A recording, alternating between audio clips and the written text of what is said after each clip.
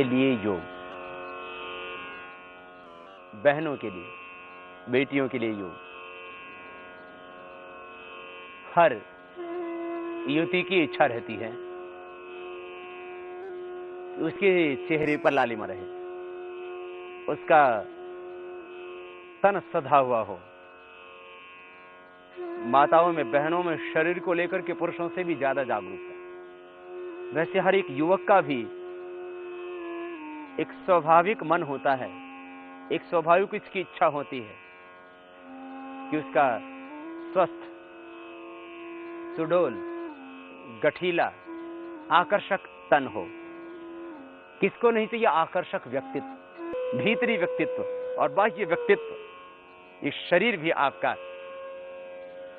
योग के द्वारा सुडौल बनेगा, स्वस्थ बनेगा, गठीला होगा, सधा हुआ तन, सधा हुआ मंदिर, सधा हुआ तन, सधा हुआ मन।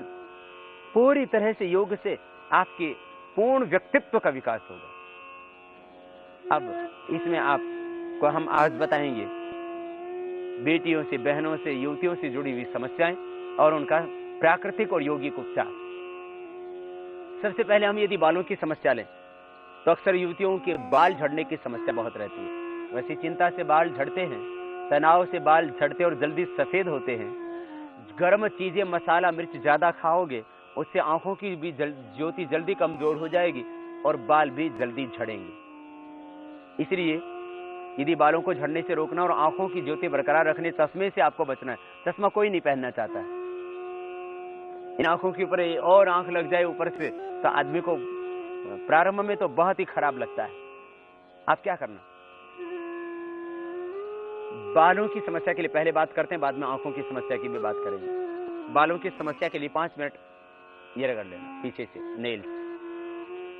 सुबह शाम आपके बाल काले रहेंगे, बाल झड़ेंगे नहीं, और झड़ गए तो आ जाएंगे दोबारा से।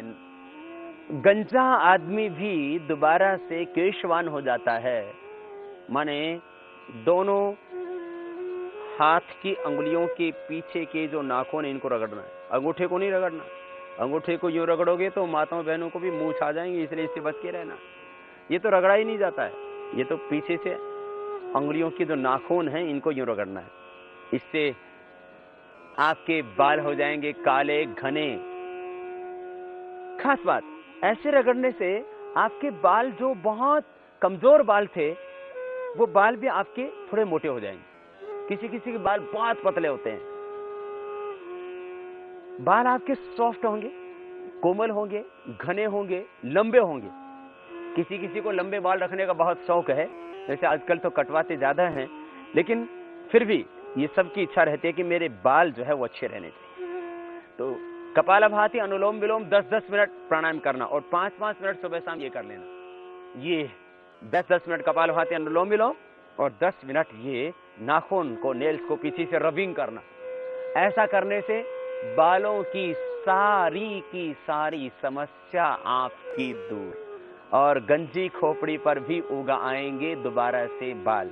वैसे गंजे ज्यादा पुरुष होते हैं, माताओं में इतनी फिर भी गनीमत है कि गंजी अपेक्षाकृत बहुत कम होती हैं, बाल झड़ते ही ज्यादा हैं। और फिर ये बालों को झड़ने से बचाने के लिए लेके आती हैं हजारों रुपए के शैम्पू। वो भी बह जाता है पानी में और उनके साथ बाल भी बह जाते हैं, लेकिन फायदा कुछ नहीं होता। बहुत ज्यादा बाल झड़ते हो तो सर्वांगासन और शीर्षासन भी किया जा सकता है। पीरियड के दौरान बेटियों को, युवतियों को सर्वांगासन, हलासन नहीं करने चाहिए और बाह्य प्राणायाम नहीं करना चाहिए। बाकी सारे प्राणायाम, सूक्ष्म व्यायाम और 7 आसनों का जो पैकेज है, 7 आसन, 7 प्राणायाम और 7 सूक्ष्म व्यायाम, ये माताएं बहनों के लिए भी वही पैकेज होगा। लेकिन इसमें खास ये होगा कि माताओं बहनों को, युवतियों को कुछ योग में सावधानियां रखनी है। सबसे पहली बात, पीरियड के दौरान बाह्य प्राणायाम नहीं करना। बाकी समय बाह्य प्राणायाम भी कर सकेंगी, करना ही चाहिए। भस्त्रिका, कपालभाति, अनुलोम विलोम, भ्रामरी, उद्गीत, श्वासोपरोम का ध्यान ये रेगुलर करते रहें। लेकिन बाह्य प्राणायाम 3 या 5 दिन जो पीरियड का टाइम होता है, मंथली का जो समय होता है, महीने का समय होता है, माहवारी का, उस समय बाह्य प्राणायाम न करें।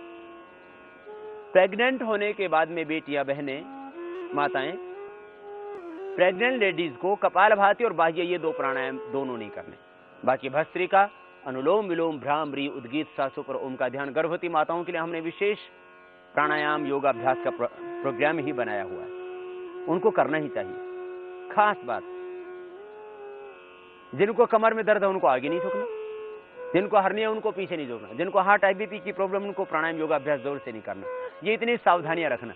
प्राणायाम योगाभ्यास सुबह खाली पेट ही करना, शाम को करना हो तो दोपहर के खाने के 5 घंटे बाद करना, बस ये ध्यान रखना। आपको अब हम बता रहे हैं कुछ घरेलू प्राकृतिक उपचार।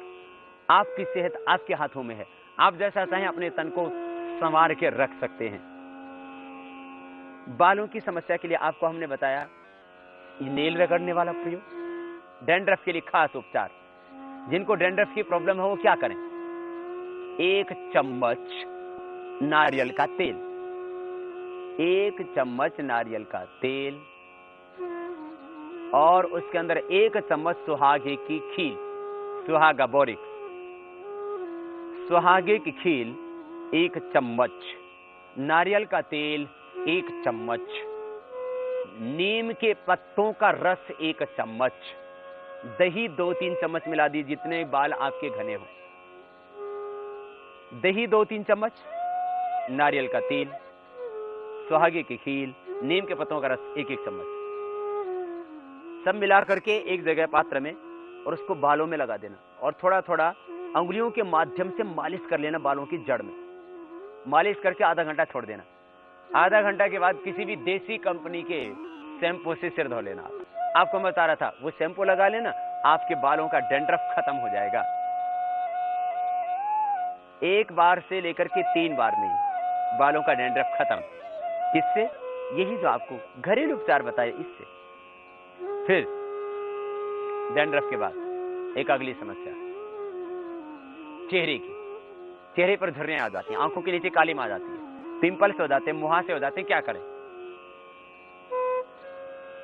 4-5 पत्ते सुबह आप नीम के खा लीजिए, कील मुहासे खत्म हो जाएगी। त्रिफला 1 चम्मच रात को पानी में भिगो करके सुबह बिना ही उबाले खाली उसको हिला करके और उसको मस करके और छान करके पी लीजिए।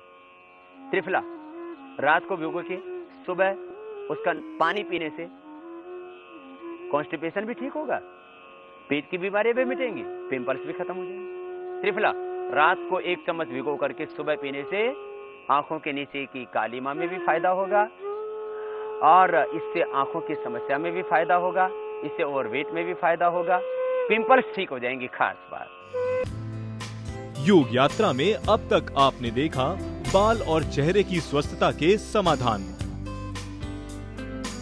योग यात्रा में आगे है बेदाग चेहरे के लिए योग।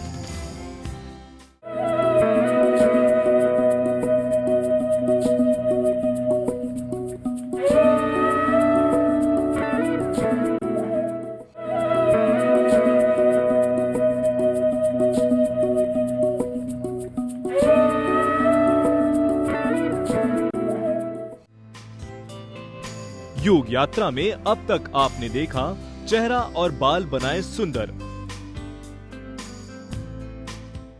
मुहासे के अलावा बहुतों को तिल हो जाते हैं, अनावश्यक तिल। 1-2 तिल तो पहचान के लिए अच्छा होता है और कई जगह के तिल तो सौभाग्य के प्रतीक माने जाते हैं, लेकिन ज्यादा तिल हो जाए, पूरे शरीर में तिल तिल तिल तिल तिल हो जाए तो क्या करें? उसके लिए थोड़ा सा आपको आयुर्वेद का भी सहारा लेना पड़ेगा। वैसे बिना आयुर्वेद के भी खाली कपालभाति, अनुलोम विलोम 15-15 मिनट करने से भी शरीर के तिल खत्म हो जाते हैं, मस्से खत्म हो जाते हैं। बहुत से बेटियों को, खास करके माताओं बहनों को बड़ी उम्र में तो कई जो है चेहरे के ऊपर, फेस के ऊपर 2 मस्से हो जाते हैं और गर्दन के यहाँ दोनों तरफ मस्से हो जाते हैं और यहाँ शरीर में भी पीछे की ओर मस्से हो जाते हैं। तो क्या करें? गर्दन के पीछे मस्से के लिए और तिल के लिए मस्से तो 100% 2 से 3 महीने लगता है, किसी किसी को तो महीने में और किसी किसी की तो 1 सप्ताह के अंदर भी मैंने देखा है मस्से झड़ जाते हैं, मस्से झड़ जाते हैं। और पैरों में जो कॉर्न्स हो जाती हैं, गोखरू हो जाते हैं, आटन बोलते हैं, कहीं गोखरू बोलते हैं, कॉर्न्स बोलते हैं अंग्रेजी में, पैरों के कॉर्न्स और ये मस्से कपालभाति अनुलोम विलोम 15-15 मिनट कीजिए बहुत ज्यादा आपको कॉन्स है तो 20-20 मिनट कर लीजिए कपालभाति अनुलोम विलोम, कॉन्स खत्म हो जाती है, गांठें खत्म हो जाती हैं पूरे शरीर की, यूट्रस की, ओवरी की, पूरे देह के अंदर कहीं पर भी जो गांठें वही खत्म हो जाती है। मस्से तो बात ही क्या है। तो 10 दिन से लेकर के 2-3 महीने के अंदर आपके मस्से खत्म, तिल खत्म, जो एक्स्ट्रा है। कोई भी स्किन की प्रॉब्लम है, लिकोडर्मा, सोराइसिस, स्क्लेरोडर्मा भी अब तो अच्छा हो रहा है, और तो बात ही क्या है। स्किन की टोटल प्रॉब्लम, कहीं दाद, खाज, खुजली हो गई है, वो भी खत्म हो जाएगी कपालभाति अनुलोम विलोम करने से। बस नीम के पत्ते आप 5-7 सुबह खा सकते हैं। फिर भी तिल किसी के बहुत ही ज्यादा हो तो फिर कैशोर गुग्गल 1-1 गोली खाने के बाद, कैशोर गुग्गल। फिर बहुत ही ज्यादा स्किन की प्रॉब्लम हो तो पंचतिक्त घृत गुग्गलू भी इसके साथ 1-1 गोली ली जा सकती है।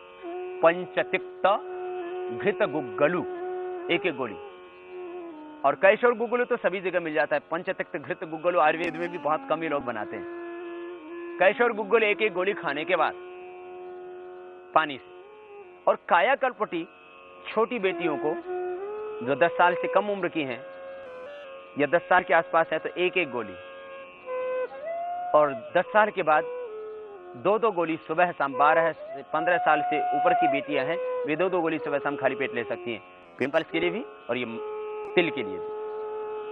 फिर चेहरे पर झुर्रियां आ गई और पिंपल्स के कारण से जो है आपके कपोल की शक्ल भी बिगड़ गई, तो क्या करें? आप हल्दी चंदन घिस करके लगा लीजिए। हल्दी और चंदन घिस करके लगाने से आपके चेहरे के ऊपर रौनक आ जाती है, नेचुरल कलर आ जाता है चेहरे का।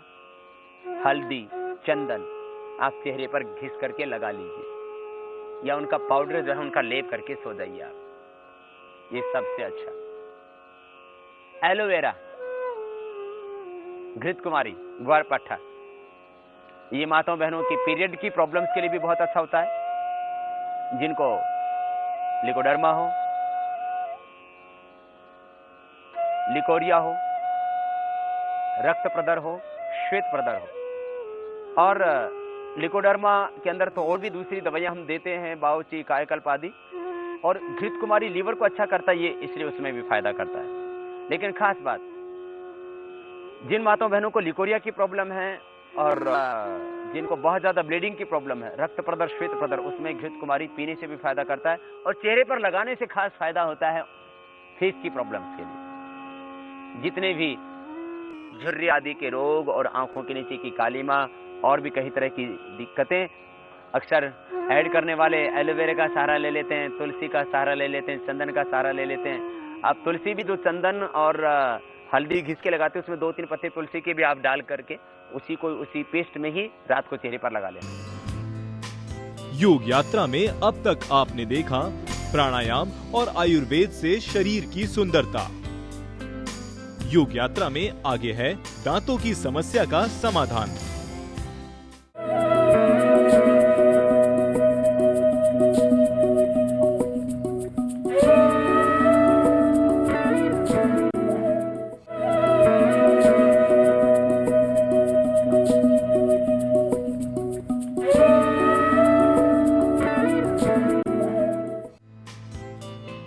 योग यात्रा में अब तक आपने देखा चेहरा बनाइए योग से सुंदर। दांतों की समस्या, माताओं बहनों के यदि मुंह से दुर्गंध आए तो बहुत परेशानी खड़ी हो जाती है। उसके लिए पारिया के लिए हम जो दवा बताते हैं उसका भी प्रयोग कर लें। 100 ग्राम हल्दी, 100 ग्राम सेंधा नमक, 100 ग्राम हल्दी, 100 ग्राम सेंधा नमक, 100 ग्राम त्रिफला, 100 ग्राम फिटकड़ी की भस्म तवे पर भूननी पड़ेगी, 100 ग्राम नीम के पत्ते, 100 ग्राम बबूल की छाल, सब चीजों को 100-100 ग्राम ले लें। हल्दी, सेंधा नमक, ये तो सबके घर में होता ही है, बस इसके अंदर त्रिफला भी अक्सर सब जगह से मिल ही जाता है। फिटकड़ी की भस्म आपको बनानी, तवे पर या कुल्हड़ी में डाल दीजिए, वो फूल का फूला हो जाएगा उसका। नीम के पत्ते 100 ग्राम और 100 ग्राम बबूल की छाल, इसके अंदर आप 20 ग्राम लौंग मिला दीजिए, और ये दांतों पर मंथन कीजिए, कपालभाति, अनुलोम विलोम दोनों प्राणायाम कीजिए, दांतों की समस्या भी खत्म, मुंह से दुर्गंध नहीं आएगा फिर, और बस आपके दांत स्वच्छ होंगे, सफेद होंगे, मुंह की समस्या भी खत्म। होठ फटते हैं तो मैंने बताया नाभि में सरसों का तेल लगा लीजिए आप, होठों का फटना भी ठीक हो जाएगा। फिर ब्रेस्ट बहुतों की कम होती है, तो छाती यदि कम हो तो ब्रेस्ट का आकार बढ़ाने के लिए क्या करें आप? उसके लिए अभ्यंतर प्राणायाम, उष्ट्रासन, अर्धचंद्रासन, उष्ट्रासन, अर्धचंद्रासन, अभ्यंतर प्राणायाम, श्वासों को भीतर रोक करके रख लेंगे, हम बाद में बता भी देंगे, प्रैक्टिकल भी आपको, तो उससे ब्रेस्ट का विकास भी ठीक हो जाएगा, आपकी छाती चौड़ी होगी उससे। अगला प्रश्न है भरतपुर राजस्थान से, बाबा जी मुझे लंबे समय से पीठ में दर्द रहता है और मैं MRI टेस्ट करवा चुका हूं मगर मुझे कोई फायदा नहीं हुआ। पहली तो बात यह है कि MRI टेस्ट कराने से कोई फायदा नहीं होता है, वो तो उसका एक परीक्षण है। अक्सर जो है मैं लोगों को देखता हूं कि लोग कहते हैं बाबा जी हमने अल्ट्रासाउंड करा लिए, एक्सरे करवा लिए, हमने ECG करा लिए, MRI करा लिए, सोनोग्राफी करा ली, एंजियोग्राफी करवा ली, हमें फ़ायदा नहीं हुआ। मेरे भाई ये इलाज नहीं है, ये परीक्षण है, तो परीक्षणों से फ़ायदा नहीं होता है। और जो है परीक्षण खाली आपको ये बताते हैं कि आपको प्रॉब्लम क्या है, तो प्रॉब्लम तो आपको पहले भी पता थी कि आपको स्पाइन की प्रॉब्लम है। कई बार तो अनावश्यक परीक्षण भी होते रहते हैं। बाबा जी योग से मेरी बीमारी के समाधान के बारे में कृपया बतलाएं। रीढ़ की हड्डी की प्रॉब्लम आजकल बहुत हो चुकी है। एक तो लोगों के बैठने का तरीका गलत है, सीधे नहीं बैठते, जब भी बैठते थे ऐसे बैठते,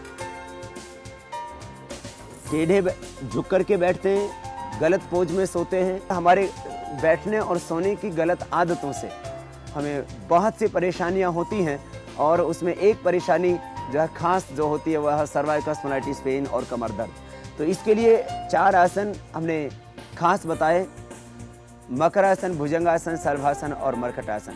स्टार न्यूज़ पर बीच बीच में हम देते रहते हैं मेरुदंड को स्वस्थ रखने के लिए कुछ खास योग, अर्थात मेरुदंड का योग, मेरुदंड के लिए योग। आप उस एपिसोड को देखें, निश्चित रूप से आपकी रीढ़ की हड्डी में आपको फायदा होगा। फिर भी आपको ज़्यादा दर्द रहता है तो आप एक्यूप्रेशर भी कर सकते हैं, और उस एपिसोड में हम एक्यूप्रेशर भी बताते हैं, और चंद्र प्रभावटी आदि जो आयुर्वेद की सामान्य औषधि है इनको लेकर के भी आप लाभान्वित हो सकते हैं। योग यात्रा में आज आपने देखा प्राणायाम और आयुर्वेद से शारीरिक सुंदरता।